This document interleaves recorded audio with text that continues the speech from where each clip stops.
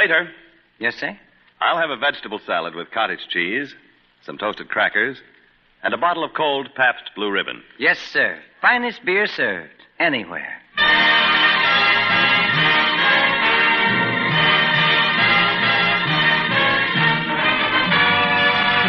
From Hollywood, Pabst Blue Ribbon, finest beer served anywhere, proudly presents...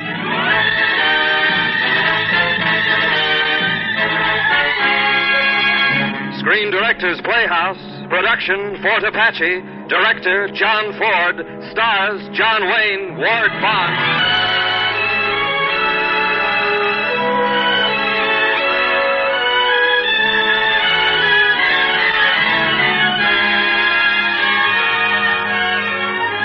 The Hollywood Screen Directors present A Footnote to Valor, Fort Apache, starring John Wayne and Ward Bond, and introduced by the director of the film, John Ford.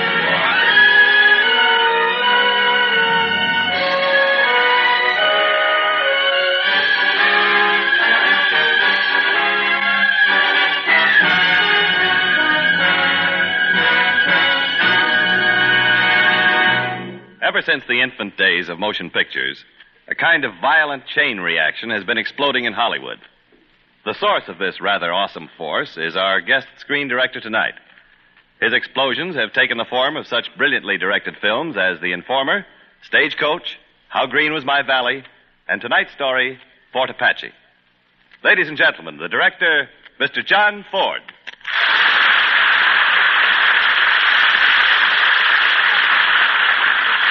Thank you. I don't know as I'd call Fort Apache an explosion.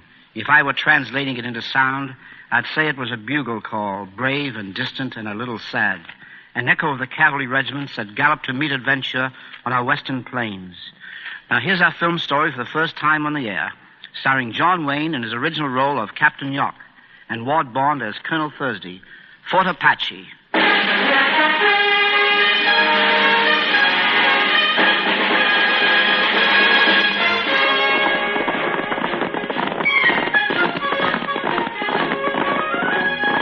This is the story of Fort Apache, of the regiment, the officers and men who manned her.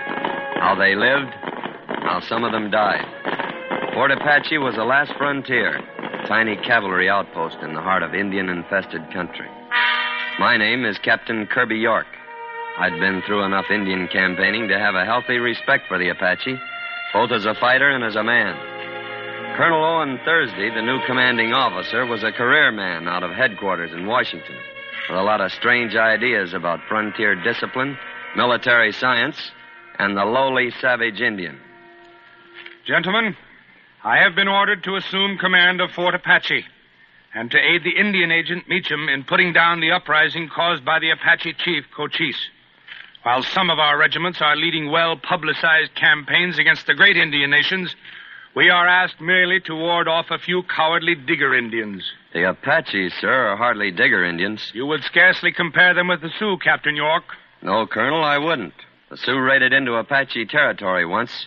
You could follow the Sioux retreat by the bones of their dead. We'll discuss that some other time, Captain.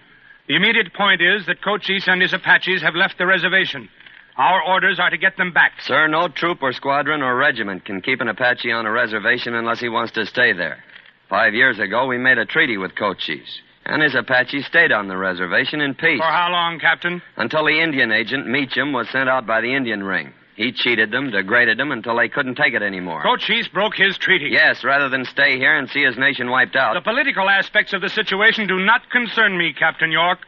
We have a military job to do, which I am sure we will accomplish with glory.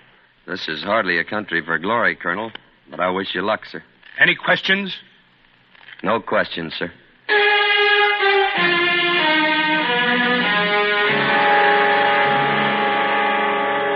For some reason, the few Apaches who had remained on the reservation were extremely quiet.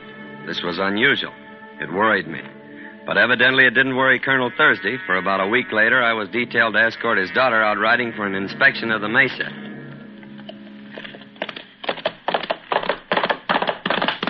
Come on, Captain. Stop, Miss Thursday.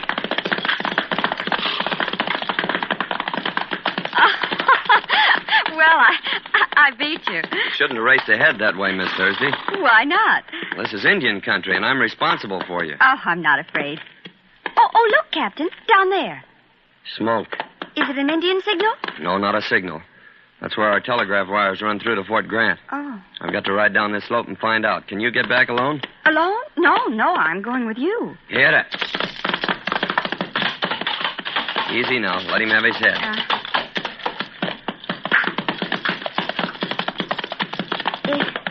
It's a wagon burning. Yeah, it's the one we sent out on the patrol, the telegraph line. Don't look. Stay here. But the men. They're dead. Apaches. Oh. Come on, let's get out of here. We've got to get back to the fort.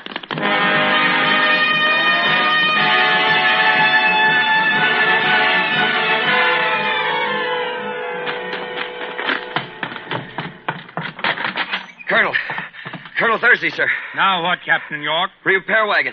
Burned. And the troopers? Spread eagled on the wheels. Roasted. Oh, no, Captain. Where'd it happen? Near Blue Mesa, sir. They cut the telegraph wires. Captain Collingwood, hand me that map. Yes, sir. Now, show me the place, York. Here, sir. On this low spot between the hills. Captain York, send out a wagon of detail to repair the wires and bring back the bodies. Yes, sir. Sergeant Mulcahy. Yes, sir. Assemble a platoon from Company A. A platoon? I said a detail, Captain. An officer and 4 men. But those Apaches may still be around, Colonel. I am running a command, not a debating society. Captain York, you will personally take the detail and leave at once. Very good, sir. If I know Apaches, Colonel, you're sending those men to a certain death. I know what I am doing, Collingwood. And now you assemble a platoon immediately. You mean the platoon is going to trail a wagon? Correct, at a striking distance. Surely, Collingwood, even you have heard of the trap as a military weapon. Yes, sir.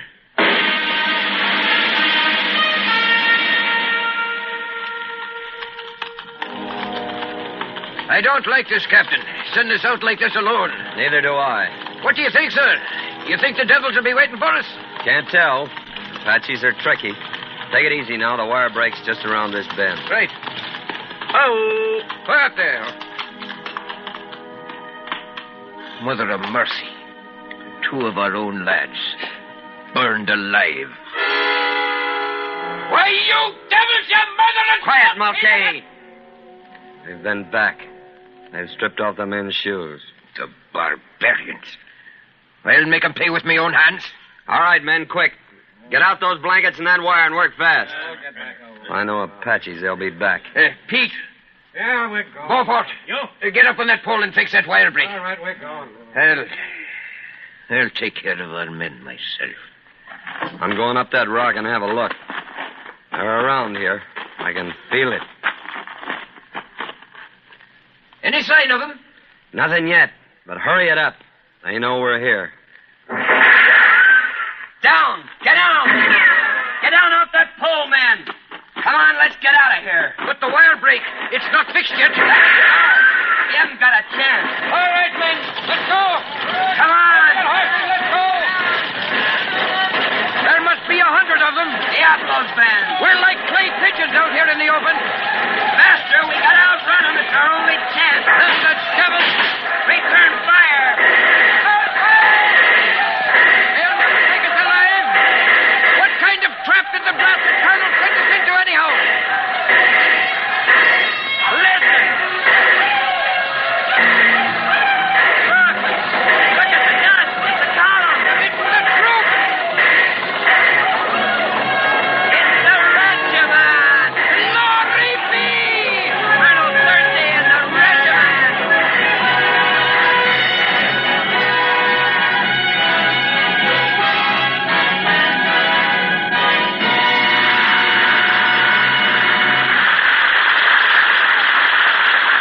You are listening to the Screen Directors Playhouse production of Fort Apache, starring John Wayne and Ward Bond, and introduced by the director of the film, Mr. John Ford. You are in Atlantic City. The boardwalk is crowded with strollers. You, foot weary and breathless from a marathon walk, pause to wipe the perspiration from your forehead. The salt air is cooling, but somehow it doesn't satisfy your thirst. There must be a place nearby where you can... Wait a second. What's that little blue sign in the cafe window? Oh, brother. Pabst Blue Ribbon. Finest beer served anywhere. Yes, during these hot August days, you're just one of millions of men all over America to whom that Pabst Blue Ribbon sign means welcome relief. For Pabst Blue Ribbon does something more than quench your thirst. It gives you taste. Blue Ribbon taste. The kind of taste you can't get anywhere else in the world except in that Pabst Blue Ribbon bottle. And, fortunately, you can get that Blue Ribbon bottle all over the world. Yes, you hear it everywhere. In Atlantic City and Appleton and Ann Arbor and Atlanta. Pabst Blue Ribbon. Finest beer served. Anywhere. Your taste will tell you why.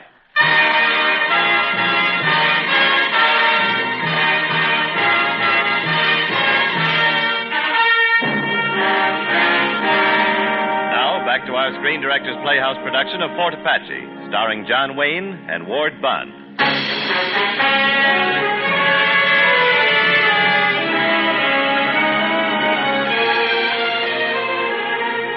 What was left of Diablo's raiding party after the battle, we took back to the reservation at Claw Springs.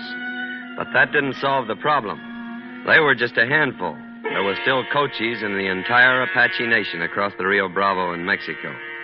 But right here at Claw Springs was the root of the trouble. The unscrupulous Indian agent, Meacham. Mr. York, how good to see you. Captain York Meacham. Oh, yes, of course. You soldier boys and your titles. And this is Colonel Thursday. Ah, another exile in the Mr. wilderness. Meacham, a band of Indians left this reservation. Yes, the ungrateful dogs. I treat them well. Meacham, you drove Cochise and the Apaches off this reservation by starving and degrading them. Why, I... Giving them whiskey instead of beef. Trinkets instead of blankets. But Cochise did the only thing a decent man could do. He left and took his people with him across the Rio Bravo into Mexico. Why, he broke his treaty, and I demand you soldier boys bring him back by force if necessary. Any demands you wish to make, Mr. Meacham, will be made through official channels. Well, I only... Captain York, what's in those boxes? They're marked books, sir. More likely cheap whiskey. No, he's lying. I'll open them and see, Captain. Mulcahy. Right, sir. You're the colonel. Here, what are you doing? You have no right to... Oh, it's a miracle, sir. The books have turned into whiskey in a barrel. I have a government license to keep a medicinal supply of... What should we do with the books, Colonel? Destroy them. Mulcahy. Yes, sir. And what about these Winchester rifles, sir? Destroy them, too. No, you can't. This is private property. You have no right Meacham, you're a blackguard, a liar, a hypocrite, and a stench in the nostrils of an honest man. If it were in my power, I'd hang you from the nearest tree and leave your carcass for the buzzards. But as a representative of the United States government, you are entitled to the protection of my command. But that is all. Good day, sir.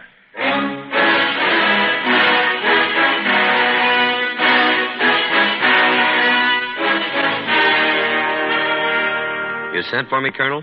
Sit down, Captain York. Yes, sir. Now, about this Cochise. We've got to bring him back.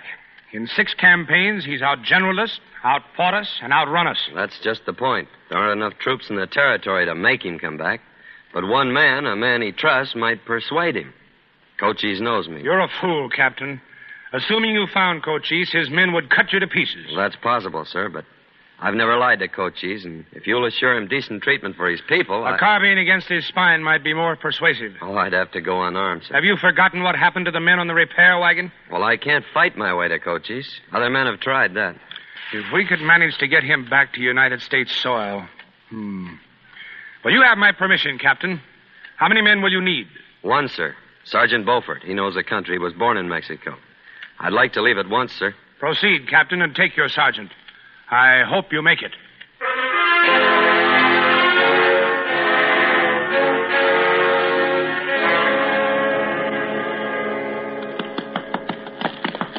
Three days, Sergeant Beaufort, and we haven't seen a sign of an Apache. See, but they have seen us. You can be sure of that. Captain, look. Look over against that hill. A signal mirror. And another one answering from this side. Yeah, they're here, all right, and we're between them. Come on, Beaufort, smile. It's too late to do anything else. They must be camped right above us. That is not always right above us. Look up. Look up on the rocks. Holy smokes.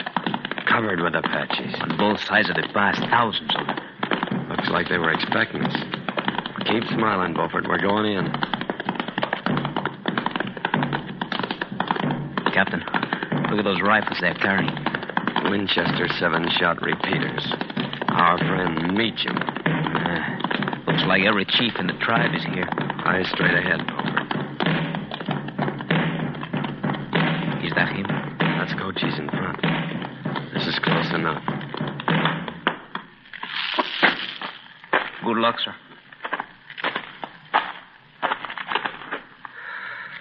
Buenas tardes, Cochise. We come in peace. Buenas tardes, friend.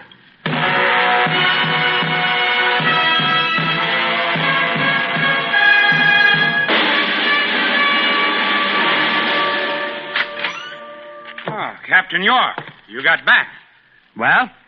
Cochise has crossed the river, Colonel. He's coming in with all these people. He wants to talk peace. He's back on American soil? Yes, sir. Good. Captain, the regiment moves out at dawn. The regiment? But I promised Cochise we'd meet him alone, unarmed. You and me and Meacham. Why, Meacham? He insists Meacham be present. Oh, very well. You will prepare your troops to march at dawn. But Cochise will think I've tricked him. Exactly. We have tricked him. We've tricked him into returning to American soil, and I intend to see that he stays here. Colonel, I gave Cochise my word. Your word to a breech-clouted savage? To an illiterate, uncivilized murderer and treaty breaker? There is no question of honor, sir, between an American officer and Cochise. There is to me, Colonel. You can't send out the regiment. Captain York, so long as you are in my command, you will obey my orders. The regiment will march at dawn.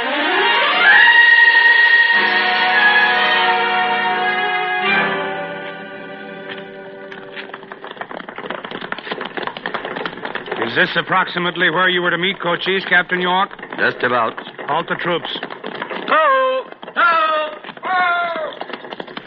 Captain, I propose to deploy our men, sending 2 troops to the north and 1 to the east. The Apaches, sir, are neither north nor east, and they're not in their encampment. If you'd been watching the dust swirls to the south, as most of us were, you'd know they're over there, just coming over the ridge. That's Cochise now, sir. They're about 4 to our 1, most of them with Winchester rifles. Do we talk, Colonel, or fight? You seem easily impressed by numbers, Captain. However, I'll honor your word to Cochise. Where's Mr. Meacham? Meacham! Here, sir, at your Mr. Meacham, we are riding out to talk with Cochise. Oh, he's not the kind you can talk to, Colonel. I warn you. You will accompany us, Mr. Meacham. Come on, Captain. Hup! Hup! Take over, York. I have the honor, illustrious chief, of presenting the commander of our regiment, Colonel Thursday. We have come to talk. The Apache is a great nation. Proud, never conquered. But it's not good for nation always to fight. Young men die, old ones hungry. So I bring my people to a reservation. Then this man come make trouble. He means you, Meacham. He lies. Evil man who make my people bad. He's worse than war. He starve my children. No. He kill my people. No, it's not true. Send him away and we will talk peace. If not, there will be more war. Are you threatening us? Colonel, don't interrupt. It's an insult. And for each of us you kill, 10 white men will die. Silence! I did not come here to be threatened. Cochise, I find you without honor. That government which I represent orders you to return to the reservation by dawn, or we will attack.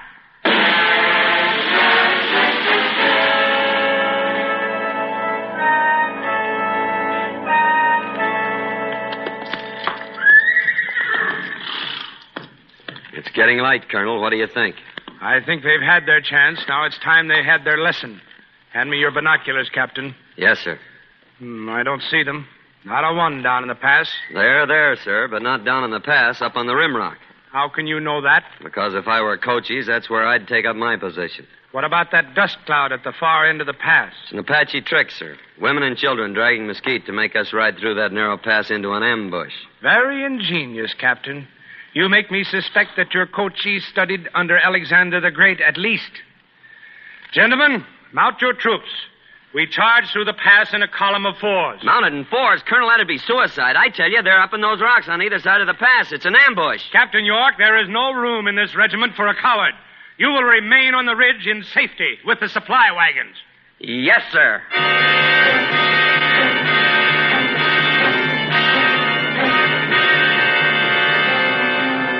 A charge in fours? Thursday was insane. I took Sergeant Mulcahy with me and wheeled the wagons back up onto the ridge. Roll over! The regiment started forward at the half gallop. The faces of the men set and grim. There they go, Captain. The finest lads I ever soldiered. First the A Company. Down into the pass.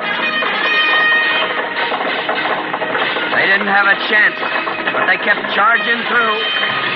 B Company. C Company. Horses. Men. Racing. Shooting. Tumbling crazily as they fell screaming. Captain, look! Colonel Thursdy's been hit. Keep me covered, Mulcahy. Colonel Thursday. York, have me on your horse. Here. Follow me, Colonel. I'm dug in on the ridge top. No, Captain. Your saber. I must rejoin my command. There is no command. It's wiped out. We're all that's left of it, don't you understand? Us and the wagons on the ridge. Then back to your ridge, Captain. We'll charge in fours. Come back, Colonel. Come back. Come back. Hurry, Captain, over here. Thanks, Mulcahy. Down quick. You'll draw their fire. What difference does it make? Wiped out. Wiped out. Every man. The devils. The murdering devils. It's all over. No. Here they come. The whole Apache nation. We've got a rifle apiece and 40 rounds, Captain. No, wait. Make 'em count. Every one for the men that's gone. No, Sergeant. Hold your fire.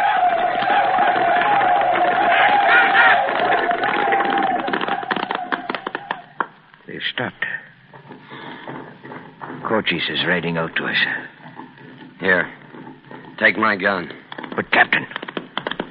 I gave Cochise my word. I'll meet him unarmed. White Colonel say Cochise without honor. White Colonel dead. I give you your flag. For a moment, Cochise stared at me. Then he wheeled his horse, and like a great wind, the Apaches rode away.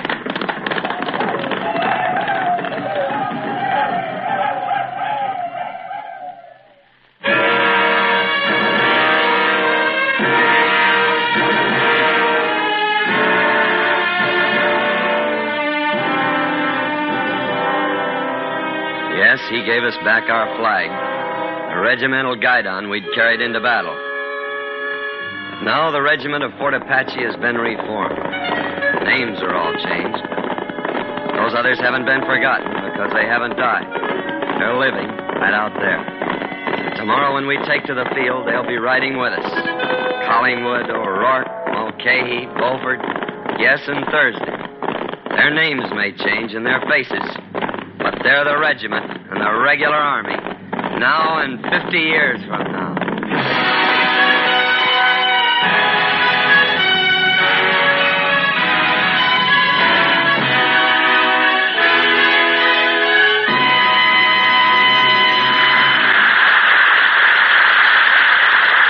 You have just heard the last act of Fort Apache. In a moment, our stars, John Wayne and Ward Bond, and screen director John Ford will return to the microphone. Out here in Hollywood, they sell maps to sightseers that show where the movie stars live. Now, if you could only step inside those homes instead of just driving by, you would find that most of the picture people lead normal, everyday lives, just like you and me. On these hot summer weekends, for instance, the chances are you'd find them out in the backyard under a shady tree with their neighbors and friends, playing gin rummy, or just chatting over bottles of cold Pabst Blue Ribbon beer. Everything in perfect taste. Blue Ribbon taste. And it's that Blue Ribbon taste that makes this internationally famous beer so popular here in Hollywood. We happen to have a movie star here in the studio who I think will verify that statement. The star of our radio program, Mr. John Wayne. John, is it true that Pabst Blue Ribbon is a big favorite in Hollywood? Well, offhand, I'd say it's quite popular. Well, what do you mean offhand? I mean, I have no way of knowing except that I see Pabst Blue Ribbon served in a lot of Hollywood homes. Well, do you serve it in your own home? I sure do. It's a good beer. Now, how about a word from the director of Fort Apache, if Ward Bond will bring Pappy over here? What do you mean, bring Pappy over here? That's the trouble with you actors. Just because I'm a director, you think I'm afraid of a microphone. Well, Pappy? Well, I am, and that's why I'm going to say good night and get out of here. There speaks one of the world's greatest directors. Come on, Pappy. Good night, folks. Good night. Good night.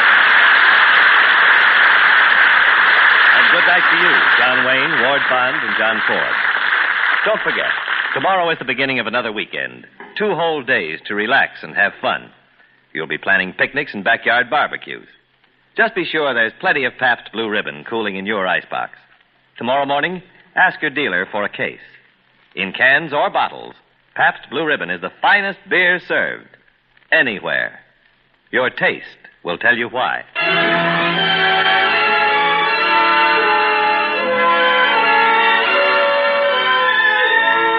Next week on Screen Directors Playhouse, Pabst Blue Ribbon presents Jezebel, starring Betty Davis. Fort Apache was presented through the courtesy of Argosy Pictures, producers of Mighty Joe Young. John Wayne will be seen shortly as the star of the John Ford Argosy production, She Wore a Yellow Ribbon. Ward Bond will soon be seen in Paramount's new Bing Crosby picture, Riding High. John Ford is currently directing the 20th Century Fox production, Front and Center, starring Dan Daly and Colleen Townsend. Included in tonight's cast were Sharon Douglas, Paul McVeigh, Tony Barrett, Eddie Fields, Pat McGeehan, Lou Merrill, and Don Stanley. Fort Apache was adapted for radio by Warren Lewis, and original music was composed and conducted by Henry Russell. Screen Directors Playhouse was produced by Howard Wiley, with dramatic direction by Bill Karn. Portions of tonight's broadcast were transcribed. Listen again next week when Pabst Blue Ribbon presents Screen Directors Playhouse, production Jezebel, director William Wyler, star Betty Davis.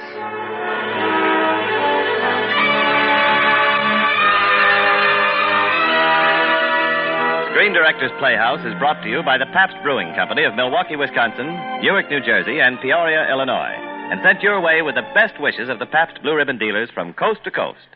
James Wallington speaking.